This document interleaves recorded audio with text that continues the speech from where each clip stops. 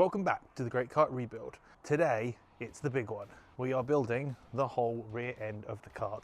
Most important part of the kart, the whole running gear gets everything going. There's a lot to go through today because we have to do the new bearings, fit the axle, the sprocket protector, the sprocket carrier and the brake disc. Fit new grub screws, fit the new chain, tape up the grub screws, bash in the keyways, tighten up bolts, attach seat stays, connect the brake pedal, align the brake disc, connect the throttle pedal, use an angle grinder, put the hubs together, put the hubs on, fit fuel lines, align the sprockets, set the correct chain tension, and start the engine.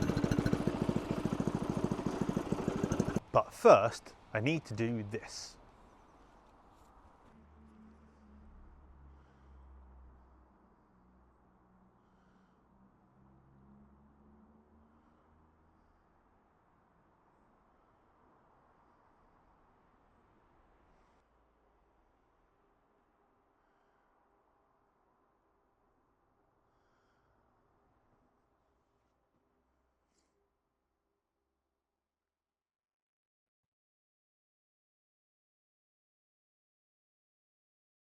So you're probably wondering, why did I just dump a perfectly good bottle of engine oil into a Tupperware and drop a brand new chain into it?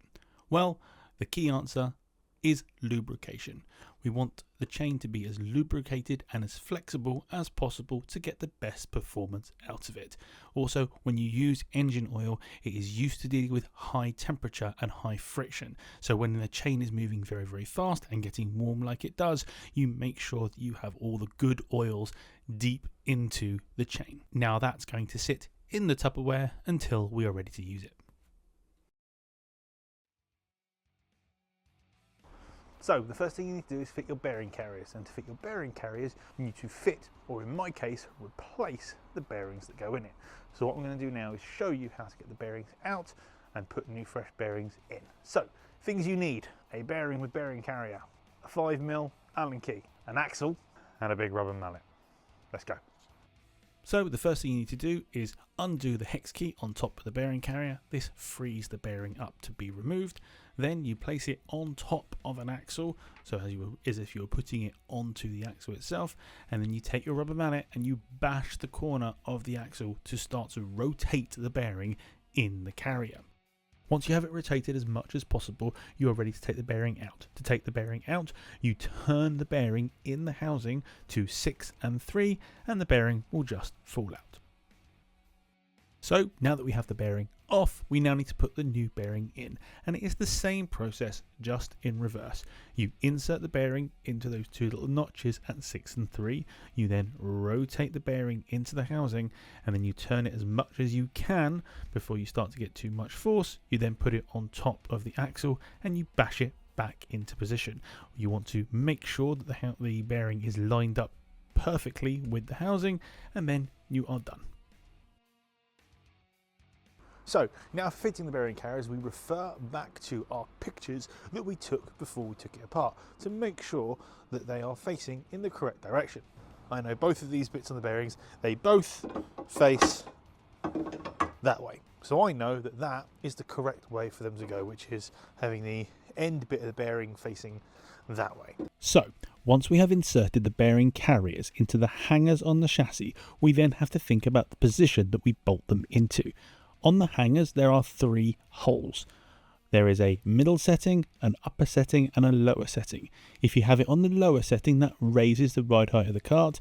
If you have it in the middle, that is the neutral and standard position, and if you have it in the highest position, that is the lower ride height option. As we are setting this kart up in standard position, we are going to put them on the middle hole. Once we have them lined up, we're going to put the bolt in and do the bolt up, but we are not going to do the bolt up the whole way.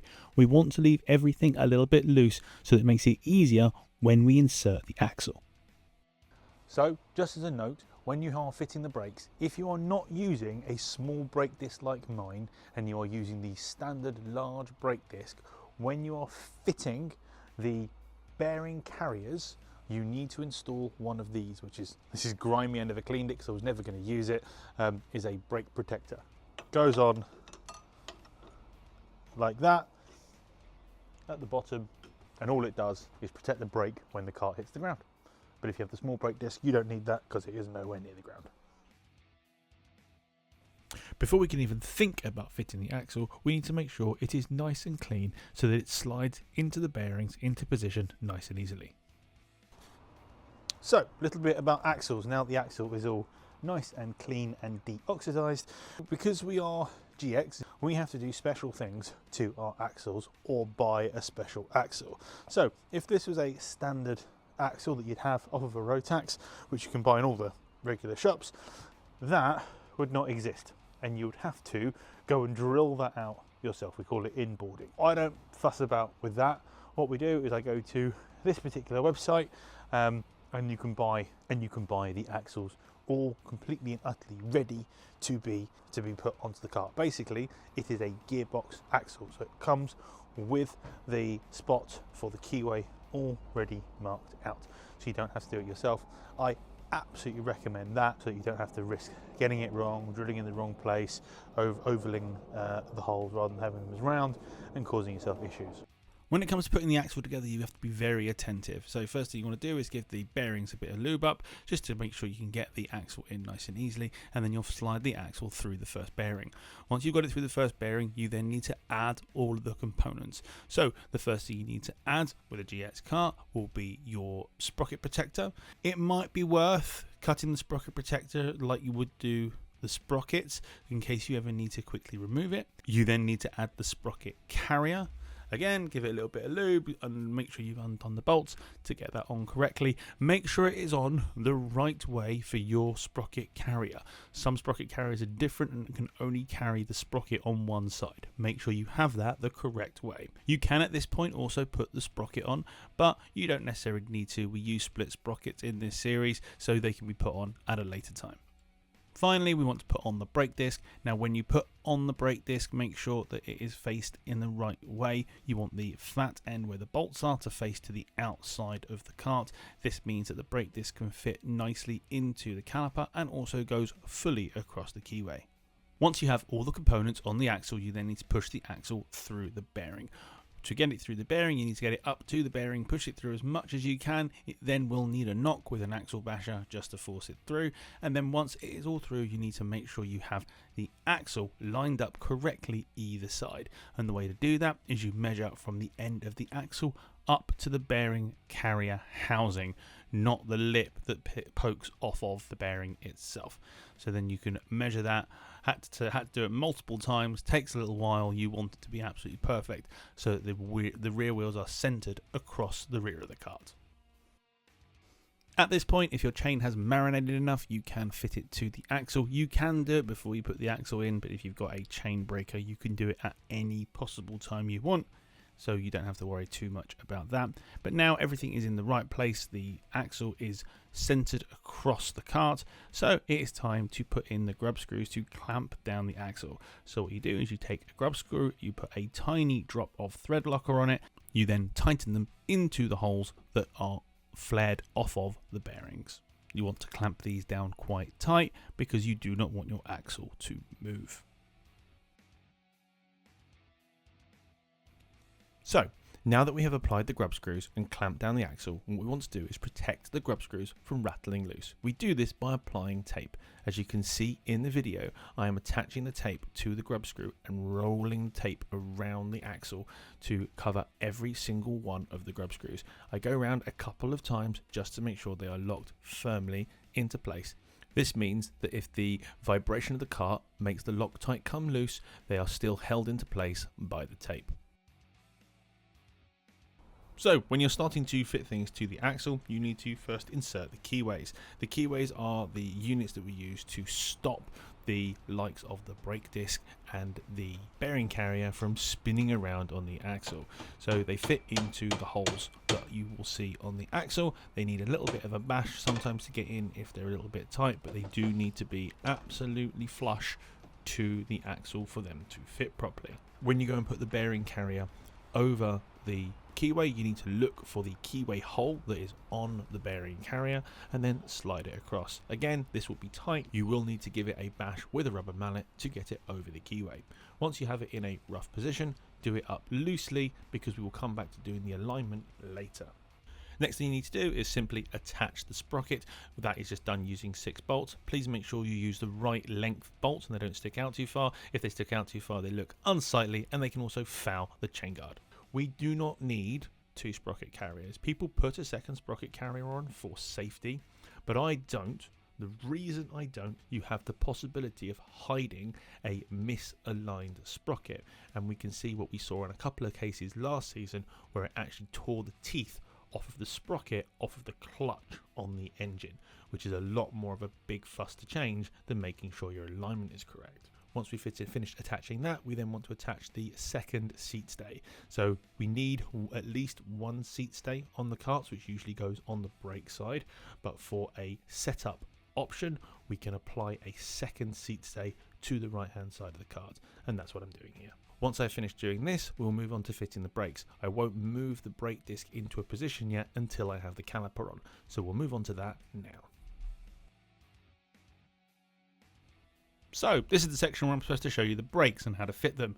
However, because there's lots of elements to it, I put the camera in a bad position, and then most of this is the camera looking at my back. So I have filmed some extra footage and I'm going to show you through how the brake goes on that way. So what we have here is the brake master cylinder and where the brake master cylinder mounts. It mounts on these 2 little mounting sections on the middle of the chassis. You bolt that in and then you have it facing the bar forward, and this bar connects to your brake pedal. We'll show you how to connect that up shortly. And then the other end you have these wires, these cables with all the fluids that goes through for the brake fluid that attaches to the rear bearing carrier. Thing to note is to know which side the bearing carriers are correct is that you have 2 holes on that bearing carrier where there is no thread built in. That is how you know which side goes on the brake side. So to connect up the brake pedal to the brake system, you need to bolt the pronged fitting to the pedal. To do this, the fitting spins up the thread until it is in line with the holes on the pedal. You then run the bolt through and tighten it up, not too tight or it will pull on the system and will not brake properly. You then add the security wire, which goes into the second hole of the brake pedal, and then wrap it round and pull it back on itself and attach it with a double Allen key cable clamp. Once that is done, your brake system at the front at least is set up. Let's go look at the brake disc. Now at this point you want to tighten up all of the bolts on your bearing carriers to make sure everything is now all in line, because this is where you want to make sure your brake disc is perfectly aligned with the brake pads and there is no rubbing. The best way I found was to make sure the brake disc clamp is loose, then spin the axle multiple times and pull the brakes. This helps the brake pads themselves center the brake disc. Then what you want to do is hold down the brake while you clamp down the brake disc. This makes sure it stays in the same place. You know it is in the right place when you spin the axle and you do not hear any rubbing noises. Now that we have fitted the part of the kart that makes it stop being the brakes, it is now time to fit the part of the kart that makes it go. It is time to fit the throttle cable. So we're going to show you how to do that, and one thing you're going to need for that is a throttle cable. My old one was all frayed and nasty, so I got a new one. You're also going to need some form of plastic sheathing to go in the hole on the throttle to stop the cable wearing through the pedal. I thought this would come with one. It doesn't. What I have done is I've chopped a piece of plastic piping off of from a empty kitchen spray bottle. Let's see if it works. I'm going to heat it up with the hairdryer and see if we get going. Let's go fit a throttle cable. The outer cable adjuster, which is a little metal screw that comes with the throttle cable that goes into the hole that you can see on screen. Once you've got that in, that is what you then feed the throttle cable through. You feed one end through to your pedals, and obviously the other end goes back towards the rear of the kart. What I'm doing here is what I mentioned before, which is taking this little bit of plastic sheathing that I've made for going around the cable and heating it up with a hairdryer just to soften it up so it bends more easily and doesn't kink. So once I've got it to a level that I think is soft enough, I will then feed it onto the throttle cable and then feed that through the pedal. Once you've passed the cable through, you then want to clamp the two sides of the throttle cable to each other and then tape up the end. Once you've got that done, you don't have to do it super tight, just enough that it holds it in position, because you'll want to adjust the tension once you have it connected to the engine. One thing to note, you may have to cut your throttle cable sheath down because they do come out a little bit longer than you actually need them to. You can use wire cutters, but I think this bends the metal inside and makes it very difficult to get the cable through the sheathing. So in this, I used an angle grinder. So now you put your cut sheath over the cable with the one end into the outer cable adjuster. Tidy up the cables using what I'm using, which is the JKR cable tidies. Then connect it to the engine. Once it's connected to the engine, you can test that you have the length correct by looking at the rear of the engine when you pull the throttle. When you pull the throttle, you will see the internal throttle on the engine will move, as you can see in the picture on screen. As long as it hits the stop, then you have got the cable at the right length. If it doesn't hit the stop, then you need to increase the length of the cable. Here you have the front bearing assembly, and the front bearing is in 7 separate parts. You have the hub itself, the hub cap, you have the spacer that goes in the middle between the two bearings, you have the spacer washers, which are used to control the track width, and you have the end cap which keeps it on, and then you have the two bearings that go inside. So the way we assemble this is as such. To assemble the hubs, you need to first fit the bearing in the bottom of the hub. It needs a good whack with a rubber mallet. 2, you then put the bearing spacer into the top of the hub. Then you put the second bearing in. Make sure it is all the way down into the hub. You may need to heat the hub up for this to work. Then you need to apply the hub cap to the top and give that a good whack to get it in also. Before you put your hubs on, you have to think about your spacing and how you want to space out your front width. So the standard front width is 1 spacer, which is the standard of the 3 spacers that comes with an OTK hub. If you want it to be a narrower setting, you just put in 2 of those, because 2 of those are smaller than this one, or if you want to go even narrower, you can put in just 1. We do not advise not putting any in from a safety point of the bearing, because as you can see, the bearings can pop off, so you want to make sure it is completely safe. You can buy aftermarket versions of these, smaller ones, more of them, less of them, or narrower to fit how you want your setup to be, but this is what is standard with OTK karts. So what we do, we're going with standard setup.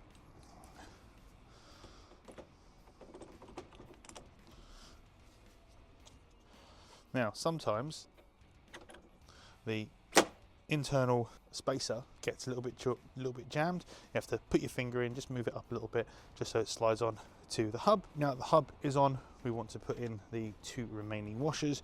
This is their housing, basically. It helps keep the integrity inside the hub itself, but it's also there to keep them spare so you don't lose them. You then push them in over the hub. You then have your end piece, which caps off the end.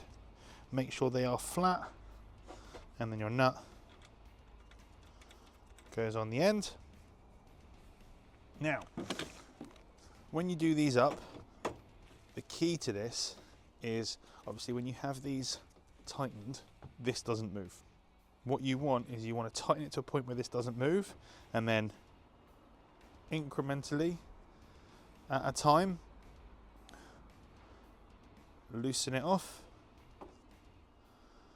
until you get a little bit of movement, and then you get a little bit of movement, go a touch more, a little bit of movement, and then that's it. Because of the threaded nut on here, it will not come off, so you have a little bit of movement here and you get a nice free spinning hub. It's been more once they've been lubed and once the wheel is on it with a bit of weight. So, done.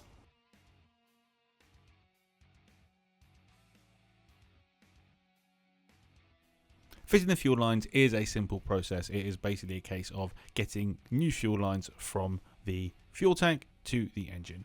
There are particular holes to feed it through on the chassis where you put the fuel hose through. The key thing is to make sure you get your measurements correct. So my advice would be to put a long length of fuel line and then get it all in and then cut it down incrementally to make sure it's got a nice, tight, smart fit, and maybe clamp it down again using clamps from JKR. One of the biggest issues I saw in GXUK last year was people's chains falling off constantly. I had one fall off last year, and that was entirely due to us doing a quick change to my car and not aligning the rear sprocket with the front sprocket. In my opinion, I think that is the reason lots of people had the failures. After we figured it out, we bought a special tool to make sure it is always in alignment. We then never had an issue with chains falling off. Some people believe that having two sprocket protectors on will prevent your chain from falling off, and in theory this is true. However, what it also does is it doesn't let you know if you have the sprocket lined up correctly or not, because it's forcing the chain to stay on. So eventually what will happen is you will wear out all the teeth on your front sprocket, and then you need to buy a whole new front clutch drum. And I'm going to show you the way that me, Brad and Paul Hanley did it, and none of us had any more issues after that. So here we have my sprocket set up. Doesn't matter what sprocket's on it, and it actually doesn't matter that the chain is currently a little bit loose. We'll show you how to get those properly to the correct tightness a little bit later.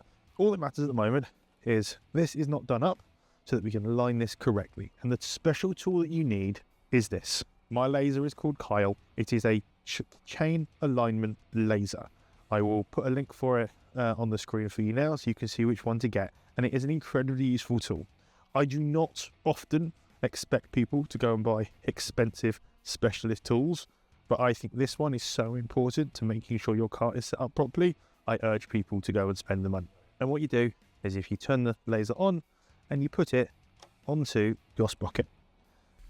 Unfortunately, the camera did not pick this up as well as I'd have hoped, but the basis is if you have it attached to your rear sprocket and pointed at your front sprocket, your aim is to make sure the laser is pointing at the middle of the sprocket as much as possible. As we use split sprockets, it is necessary to test the laser in 3 to 5 spots on the sprocket, as it can be slightly pointed in different directions. But as long as it is mostly centre, or if in one spot it is slightly left, as long as it is slightly right somewhere else, it will be absolutely fine.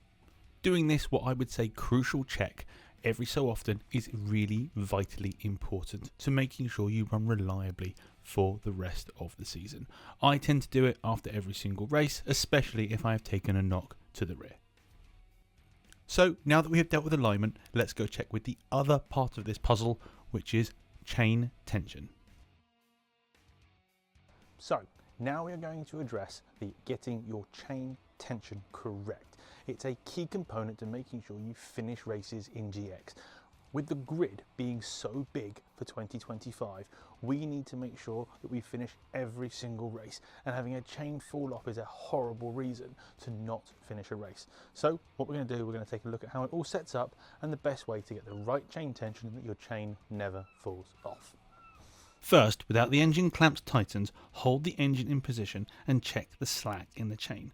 As you can see here, the chain is very loose. This means the engine needs to move forward to take up the slack.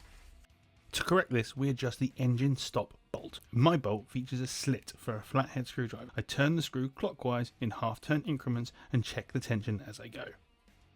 We are aiming for a chain movement that is no more than the height of a 20p piece, approximately 22mm. What that means is when you test the chain and you move it up and down, it should only move slightly more than the size of that 20p piece.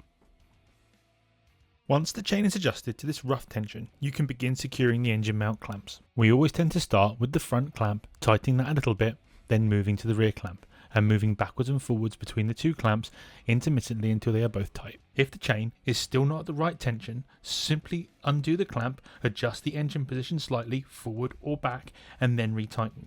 This process isn't an exact science. It takes some fiddling and minor corrections to get it just right. Once you are happy with the chain tension, finish tightening the nut on the engine stop bolt to lock everything in place. Remember, if your chain is too tight, it will suck power from your engine and slow you down.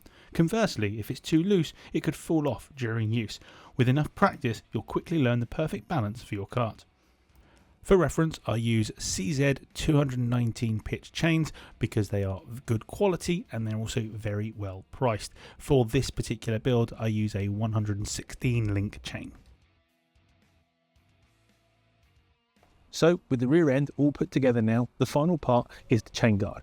we do not have a standard chain guard that fits GXUK karts. So whatever you buy, you will have to cut to fit. Now, I use the OTK chain guard and I will have to cut it down to size to match mine. The thing that you have to be careful of and make sure aware when it comes to the regulations is that from this angle, you can't see the chain past the seat stay. Looking at it from front on, you can't see the chain, and looking at it from above and from directly behind, you can't see the chain. If you can't see the chain from those points of view, then you are okay.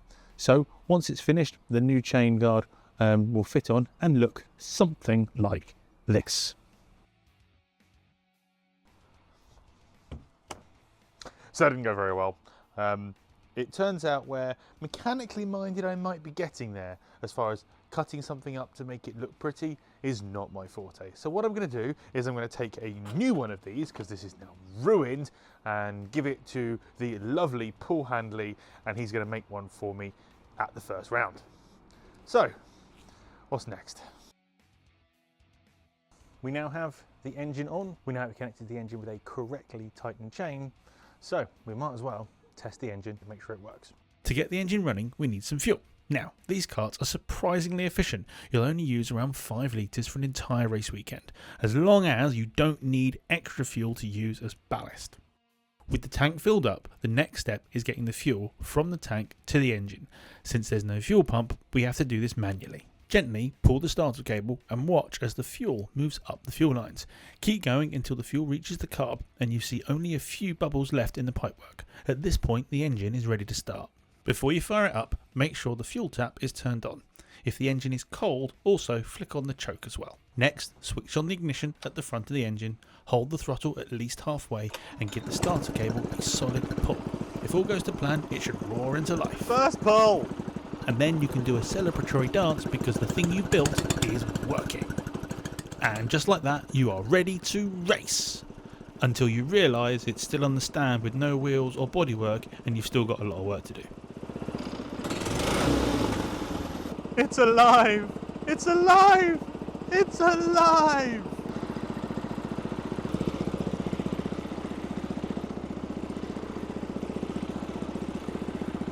So flick off the ignition and we can get on to the next part. So now you've had your engine running all day, you've been racing, you've had a really great day of racing. What do you do at the end of the day when you've still got some fuel in the tank and crucially still have fuel in the engine? You do not want to transport the car with fuel in the engine or fuel in the fuel tank. So we need to get those out before we start breaking the car down. So how do we do that? Let's start with getting the fuel out of the fuel tank. First, we need to disconnect the pipe that runs to the overflow tank. This frees up the system so that we can push the fuel through. Then we disconnect the fuel pipe from the engine and place it directly into a jerry can. Make sure it's secure, you don't want fuel spilling everywhere. Now, here's where we have to put a bit of effort in. Blow down the overflow pipe and watch as the fuel starts moving through the lines and into the jerry can. Once the fuel is flowing, quickly place your finger over the pipe. This keeps the pressure in the system and helps push more fuel out without having to keep blowing. As the fuel level drops, you might need to give it another puff to keep things moving. The lower it gets, the more you'll have to help it along, but eventually you'll be left with an empty fuel tank and hopefully not too lightheaded. And that's it, all the fuel out the fuel tank. Now we need to go get the fuel out of the engine. So once you've got all your fuel out of the fuel tank, the next thing you need to do is get the fuel out of the engine. How do we do that? We burn it off. We turn the engine back on.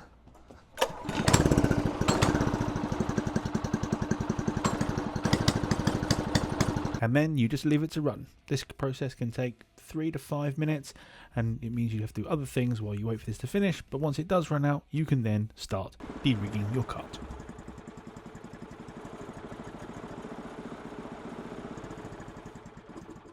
Hey, there we go. And that's it, we made it. The back of the car is now fully built and ready to go. All that is left is to put the bodywork on and get the stickers done, but we're going to do that in the next episode. So if you want to watch the next episode, like the video, subscribe to the channel, and I'll catch you on the next one. Thank you, goodbye.